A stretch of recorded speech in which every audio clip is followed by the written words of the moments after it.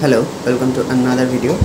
তো আজকের এই ভিডিওটায় একটা ইন্টারেস্টিং ইভেন্ট, সেটা রেড ব্র্যান্ডের তরফ থেকে দেখা গেছে, মানে মানডে নাইট র। এবং WWE এর এই ইভেন্টে ম্যাচগুলো কিন্তু বেশ অন্যরকম ছিল এবং বেশ আইকনিকও বটে। বেস ইন বার্লিনের পর যে ম্যাচগুলো দেখা যায় সেখানে কিন্তু তার একটা বড় প্রভাব কিন্তু দেখা যায়। সেখানে ট্যাগ টিম ম্যাচ এবং সোলো ম্যাচও সেখানে রয়েছে। কন্টেন্ডার নাম্বার 1 এবং আরও বিভিন্ন টাইটেল চ্যালেঞ্জ সেই ম্যাচগুলো রয়েছে। তো বেস ইন বার্লিন পরে একটা আলাদা করে ভিডিও বানাবো এবং শর্টসে বলতে গেলে সেখানে গান্থার ভার্সেস র্যান্ডি অর্টনের ম্যাচে গান্থার কিন্তু সেই ম্যাচটা জিতে যায় এবং অর্টনের একটা কিন্তু অনবদ্য পারফরমেন্স দেখা যায়। অর্টন কিন্তু অল টাইম গ্রেটেস্ট বলা যেতে পারে এবং তার সেখান থেকে 15 টাইম ওয়ার্ল্ড হেভিওয়েট চ্যাম্পিয়ন হওয়ারও কিন্তু একটা বড় প্রবণতা দেখা গেছিলো। কিন্তু গান্থার সে তার নিজের জায়গায় অটুট থাকে এবং টাইটেলটা সে ডিফেন্ড করে অর্টনের এগেনস্টে। তো সেখানে স্যামিসনের কিন্তু একটা কামব্যাক দেখা যায় এবং সে হল অফ ফেমারদের লিস্টের তালিকা বলে সে মানে ইমোশনাল একটা কিন্তু কনভারসেশন দেখা যায় গান্থারের, এবং গান্থারও কিন্তু সহমত জাহির করে তার সামনে এবং কিন্তু সব কিছুই সে রাজি হয়। বাট তার কষ্ট করে পাওয়া সেই টাইটেলটা সেটার এগেনস্টে স্যামিসনের সাথে খেলতে সে কিন্তু বারণ করে দেয় পুরোপুরি। তো স্যামিসেন সে ভাবছে হয়তো গান্থার তার থেকে পালিয়ে যাচ্ছে, বাট গান্থার সে হয়তো পরে খেলবে, বাট সদ্য টাটকা পাওয়া টাইটেলটা সে মনে হয় না এত সহজে যেতে দেবে। বেস ইন বার্লিনেই সিএম পাঙ্ক আর ড্রু ম্যাকইন্টায়ারের কিন্তু একটা স্ট্র্যাপ ম্যাচ দেখা যায়, যেখানে তাদের কিন্তু ডিসকোয়ালিফিকেশান ছিল, বাট একটা ইন্টারেস্টিং ম্যাচ। 4 কোণায় 4টে লাইট ছিল, মানে গ্রিন আর রেড। সিএম পাঙ্কের গ্রিন, ড্রু ম্যাকইন্টায়ারের রেড। যে 4টেতেই ট্যাপ করতে পারবে এবং আলোগুলো জ্বলবে সেই হবে উইনার। তো অনেকক্ষণ কিন্তু ম্যাচটা সাস্টেন করে এবং বেশ ইন্টারেস্টিং একটা দেখা যায়। ক্রুশিয়ালও ছিল, ব্রুটালও ছিল এবং সেখানে ব্রেসলেট নিয়ে তাদের ইগো ক্ল্যাশও দেখা গেছে, পার্সোনাল অ্যাটাকও অনেক কিন্তু দেখা গেছে। তো সেই ম্যাচটায় কিন্তু একটা অনবদ্য ফ্যাসিনেটিংভাবে সেই এঙ্গেজমেন্ট দেখা যায় অডিয়েন্সে এবং সিএম পাঙ্ক বরাবরই সে নিজেকে অল টাইম সে গ্রেটেস্ট বলে জানায় এবং অডিয়েন্স সেটা মানেও। তো ড্রু ম্যাকইন্টায়ারও কিন্তু সে তার এতদিন ধরে তার সাথে চলে আসছে ক্ল্যাশ এবং সিএম পাঙ্ক তো বলেই ফেলেছে যে সে তার এত ঘনিষ্ঠ, সে মানে সন্দেহ করছে যে এক্সও কিন্তু এতটা ঘনিষ্ঠ, এতটা মানে ক্ল্যাশ করতে চায় না যতটা ড্রু ম্যাকইন্টায়ার চাইছে সিএম পাঙ্কের সাথে ফেস আপ করতে। তো ব্রেসলেট নিয়ে একটা কিন্তু আগাগোড়া একটা ড্রামাটিক এক্সট্রাভ্যাগেন্সা কিন্তু এতদিন চলে এসছে এবং সেই ম্যাচটা জিতে গেলেও সিএম পাঙ্ক সে নিজে সর্বোচ্চ একটা সুপ্রিম জায়গায় আসলেও কিন্তু ড্রু ম্যাকইন্টায়ার সে তার ব্রেসলেটটা সে নিয়ে কিন্তু ছিঁড়ে তার মুখে সে পুড়ে দেয় এবং দেন ক্লেমর দিয়ে দেয়। মানে একটা ডিসরেসপেক্ট তো দেখাই, ডিসরেসপেক্ট ব্যাপার তো বটেই। তো পরবর্তীতে মেবি হয়তো তাদের আবার ম্যাচ হবে বা সিএম পাঙ্ক হয়তো অন্য কোনোভাবে সে ফেস আপ করবে বা নাও করতে পারে, কামব্যাক হয়তো নাও করতে পারে, বাট এখনও কিন্তু একটা সাসপেন্স ক্রিয়েট হচ্ছে। বাট ড্রু ম্যাকইন্টায়ার কিন্তু থেমে নেই, সেটা কিন্তু সে প্রমাণ করে দিয়েছে ম্যাচ হেরে যাওয়ার পরেও কামব্যাক করে। বাট সেখানে কিন্তু সিএম পাঙ্কের একটা ইনজুরি, সে শিকাগো তার হোম টাউনের মতো, সেখানেও কিন্তু সেই অবস্থার মতোই কিন্তু দেখা যাচ্ছে। তো পরবর্তীতে কী হয় সেটা একটা সাসপেন্স কিন্তু দেখা যাচ্ছে। তো ট্রিপল থ্রেট, এছাড়াও ট্রিপল থ্রেট ম্যাচ দেখা যায় দুটো, যেখানে যারা উইনার হবে তারা ফেটাল 4 হয়ে যে ম্যাচ, কন্টেন্ডার নাম্বার 1 যে ম্যাচ, সেখানে তারা কোয়ালিফাই করবে। তো সেখানে দুটো ট্রিপল থ্রেট ম্যাচ, একটা কাইজার ভার্সেস সেমাস ভার্সেস সেখানে ব্রন স্ট্রোম্যানের কিন্তু একটা রিব ইনজুরি দেখা যায়। সে সুনামির সাথে যখন রাইভালরি হয় সেখানে কিন্তু তার রিব ইনজুরি দেখা যায় এবং মানে ব্রন স্ট্রোম্যান কিন্তু একদিক থেকে টাফ কম্পিটিটার ব্রনসন রিড কিন্তু এতদিন ধরে ডমিনেট করে এসেছিলো সেথ রলিন্স, R-Truth, তাদের এগেনস্টে মানে সুনামির একটা কিন্তু প্রভাব দেখা যাচ্ছিলো। তো স্ট্রোম্যানকে দরকার ছিল তার সাথে একটা স্ট্রং অপোনেন্ট হিসেবে। তো পরবর্তীতে হয়তো তাদের ম্যাচ দেখা যেতে পারে, যেই ম্যাচটা কিন্তু একটা স্ট্রিট ফাইটের মতো আউট অফ দ্য রিং হয়ে গেছিলো এবং সে গাড়ি এবং সব কিছু মানে একটা গাড়ির কাজ ভাঙা থেকে শুরু করে একটা মানে ভয়ঙ্কর ব্যাপার কিন্তু দেখা গেছিলো। তো এরপর ব্রন স্ট্রোম্যানের রিব ইনজুরি থাকা সত্ত্বেও সে ট্রিপল থ্রেট ম্যাচে কিন্তু সে অ্যাডাম পিয়ার্সের অনুমতি নিয়ে, অ্যাডাম পিয়ার্স সেও কিন্তু সন্দেহ করছিল যে সে পারবে কিনা, বাট অ্যাডাম পিয়ার্সের অনুমতি নিয়েই কিন্তু ব্রন স্ট্রোম্যান সে ম্যাচটা খেলে এবং ম্যাচটা জিতেও যায়, সে প্রমাণ করে দেয় সে একজন স্ট্রং কম্পিটিটার। অন্যদিকে কাইজার ভার্সেস অন্যদিকে তো সেমাস এবং কাইজারের কিন্তু একটা আলাদা চলছিল ক্ল্যাশ, সেখান থেকে তাদের মধ্যেও একটা রাইভালরি দেখা গেছিলো, ফেস আপ দেখা গেছিলো। তো ব্রন স্ট্রোম্যানের অনেকটাই সুবিধা হয়েছিল, যেখানে পিট ডুনের একটা ইন্টারাপশন সেমাসের ওপর, এবং ব্রন স্ট্রোম্যান কিন্তু সে অনেকটাই ইজি হয়ে যায় তার কাছে ম্যাচটা জেতার। তো এছাড়াও ইলচা ড্র্যাগনভ ভার্সেস ড্র্যাগন লি ভার্সেস ডমিনিক মিস্টেরিও। তো ডমিনিক মিস্টেরিওর ওভার এক্সাইটমেন্ট, একটা ওভার কনফিডেন্ট পারফরমেন্স দেখা গেলেও সেখানে ড্র্যাগন লি আর ইলচা ড্র্যাগনভের কিন্তু একটা ম্যাচ, ট্রিপল থ্রেট ম্যাচ হয়, এবং যেখানে ইলচা ড্র্যাগনভ আর অন্যদিকে ব্রন স্ট্রোম্যান তারা দুজনেই কিন্তু কোয়ালিফাই করে কন্টেন্ডার নাম্বার 1। যে ফেটাল 4 ম্যাচ হবে, যেটা কন্টেন্ডার নাম্বার 1 হবে, যেই ফাইনালিস্ট হবে তার সাথে কিন্তু ব্রন বেকারের ম্যাচ হবে। ইভেন ব্রন বেকারও কিন্তু সে জেউসোকে সে এক তরফ থেকে চ্যালেঞ্জই জানায় যে সে যেন টুর্নামেন্ট থেকে সে যতটা সম্ভব দূরে থাকে এবং ভয় যেন পালিয়ে যায়, এমনটাই মানে সে অনুমান করছিল। বাট জেউসো সে চুপ থাকার পরে তার একটা ইন্টারেস্টিংভাবে ইট হিসাবে তার একটা রিপ্লাই দেয়, এবং তাদের দুজনের যেই এতদিন ধরে তারা রেসলিং, তাদের পরিবারের দুজনেই কিন্তু রেসলিং পরিবার থেকে আসে, এবং কোন পরিবার বেশি ডমিনেটিং এবং চ্যালেঞ্জিং কম্পিট বেশি করেছে সেটা নিয়েও কিন্তু তাদের মধ্যে একটা ক্ল্যাশ দেখা যাচ্ছে। তো ব্রন বেকার তার কাছে টাইটেলটা রয়েছে, এবং সে জেউসোকে সে এক তরফ থেকে সে অনেক চ্যালেঞ্জই জানাচ্ছে যে যদি ফাইনালিস্টে সে ওঠেও তাহলেও কিন্তু তাকে লুজ করতে সে দ্বিধাবোধ করবে না। তো অ্যাকসেপ্ট করে জেউসো, এবং জেউসো সে ডেমিয়ান প্রিস্টের সাথে কিন্তু একটা ট্যাগ টিম ম্যাচ দেখা যায়, যেখানে জেউসো, ডেমিয়ান প্রিস্ট ভার্সেস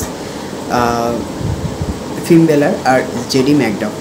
তো ফিন বেলার আর জেডি ম্যাকডাফের কিন্তু একটা কমেডি, একটা ড্রামাটিক কিন্তু ম্যাচ গেম প্লে দেখাই যায়, যেখানে ডেমিয়ান প্রিস্ট আগের থেকেই তাদের মধ্যে ক্ল্যাশ চলছিল, এবং জেউসো অনেকটাই হেল্প করেছে তাদের সাথে, যেখানে ডেমিয়ান প্রিস্ট আর রিয়া রিপ্লের একটা বন্ডিং দেখা গেছে জাজমেন্টের এগেনস্টে গিয়ে, এবং লিভ মর্গানের কিন্তু একটা কামব্যাক, যেখানে রিয়া রিপ্লেকে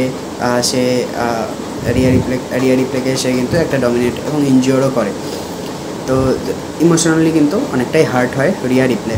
তো পরবর্তীতে জেউসো ভার্সেস পরবর্তীতে কিন্তু এদের কিন্তু ডমিনেন্স কিন্তু অনেকটাই, মানে আগে এতদিন ধরে জাজমেন্টে ডমিনেন্স করছিল ডেমিয়ান প্রিস্ট আর রিয়া রিপ্লেকে, এবার কিন্তু জেউসোর অনেকটাই কিন্তু একটা ব্যাকআপ দেখা গেছে, এবং ডেমিয়ান প্রিস্ট এবং রিয়া রিপ্লে তাদেরও কিন্তু একটা পাওয়ারফুল বন্ডিং দেখা যাচ্ছে।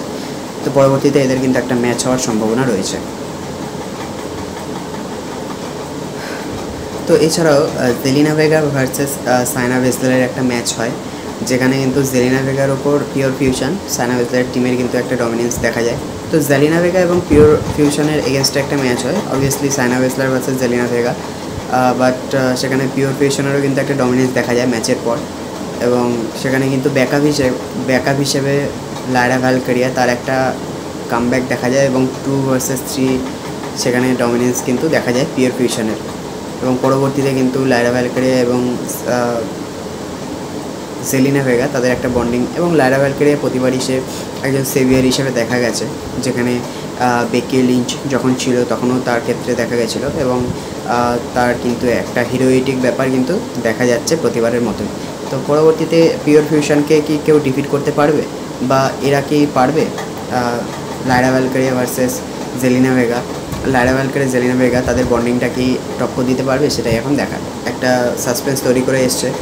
ওয়েট 6 সাথে যাদের টিমের ম্যাচ, মানে চাঁদ গাবেলের একটা কিন্তু অনবদ্য একটা ড্রামাটিক সিন সেখানে ক্রিয়েট হচ্ছে, শেক্সপিয়ারের স্টোরির মতো কিন্তু মনে হচ্ছে। তো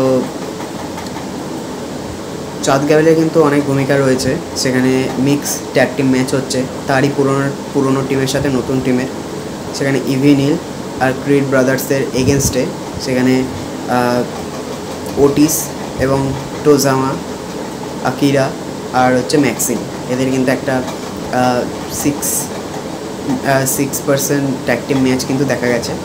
তো চাঁদ গাবেল সে খেলেনি, কিন্তু পরবর্তীতে যখন ওয়েট 6-এর আঙ্কেল হার্ডির একটা ইন্টারাপশান দেখা যায়, তখন কিন্তু তার মধ্যে মানে তখন একটা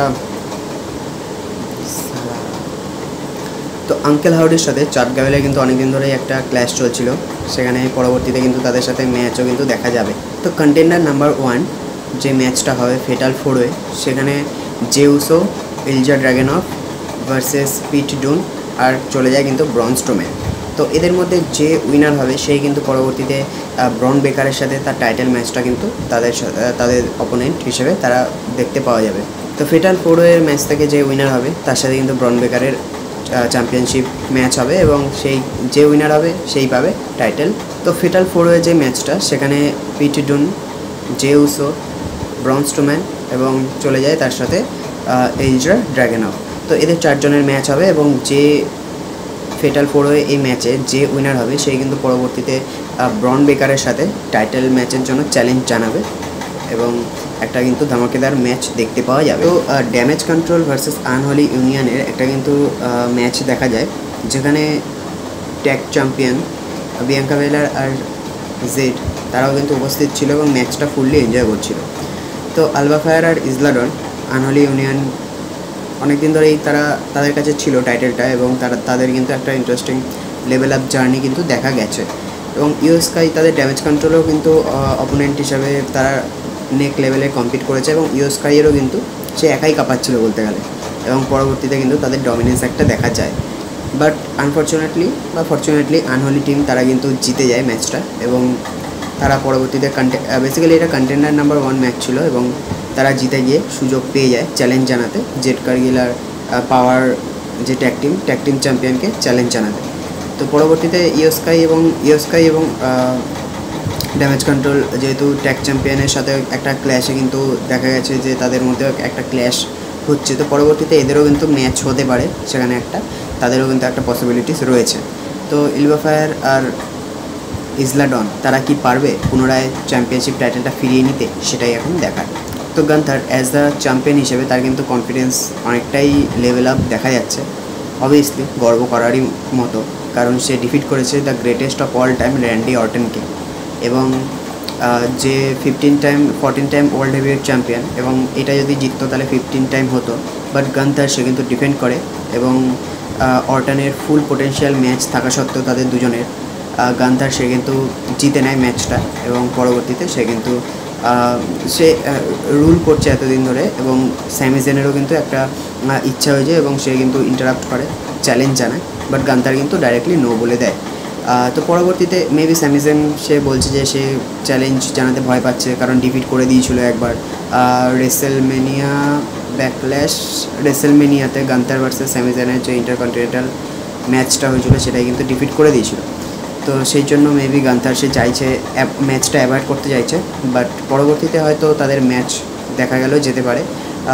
এই সদ্যজাত তো টাইটেলটা জিতলো, টাইটেলটা এনজয় করতে দেওয়া যেতেই পারে, মানে টাইটেলটা সে এনজয় করছে সেটাই সে চায় এবং পরবর্তীতে কিন্তু এদের একটা ম্যাচ হবে এবং স্যামি জেনও সে কিন্তু বদ্ধপরিকরভাবে সে এসছে যে টাইটেলটা সে জিতবে, সে পারে কি না সেটাই এখন দেখা। তো এটা অন্যতম রেড ব্র্যান্ডের ইভেন্টের মধ্যে বলা যেতে পারে বিগেস্ট যে ইভেন্টটা, one of the biggest event, সেটার পরবর্তী যে red brand match. And Adam Pearce আর নিক অল্ডিস তারা কিন্তু র আর স্ম্যাকডাউনে একদম লেভেল আপ করছে, সেটা কিন্তু দেখে বোঝাই যাচ্ছে। অবভিয়াসলি তাদের কিন্তু এতদিন ধরে একটা কিন্তু স্ক্রিপ্ট রোল কিন্তু সেখানে দেখা গেছে অ্যাজ দ্য জেনারেল ম্যানেজার হিসেবে। আর সেখানে কমেন্টেটাররাও কিন্তু দারুণভাবে অ্যানালিসিস করে এবং তারা বিশ্লেষণ করে ম্যাচগুলো, সেটা সত্যি কিন্তু অনেকটা এঙ্গেজিং অডিয়েন্সের কাছে। এই ইভেন্টটা কিন্তু আমার অনেকটাই ভালো লেগেছে এবং ওয়ান অফ দ্য গ্রেটেস্ট মনে হয়েছে বিগেস্ট ইভেন্টের পর। তো দেখতে থাকো আর সঙ্গে থাকো, সাবস্ক্রাইব বাটনটা অবশ্যই প্রেস করে দাও, পাশে থাকা বেল আইকনটাও প্রেস করো, তাতে মোটিভেশনটা বজায় থাকে এবং ভিডিও বানানোর ইচ্ছেটাও অনেক বেড়ে যায়। এবং কমেন্ট করেও জানাতে পারো কেমন লাগলো, কার ম্যাচ ভালো লাগে বা WWE দেখো কবে থেকে দেখছো, কোনো মতামত থাকলে জানাতে পারো। সঙ্গে থাকো, দেখতে থাকো, দেখা হচ্ছে পরবর্তী ভিডিওতে। ততক্ষণ take care, have a good day.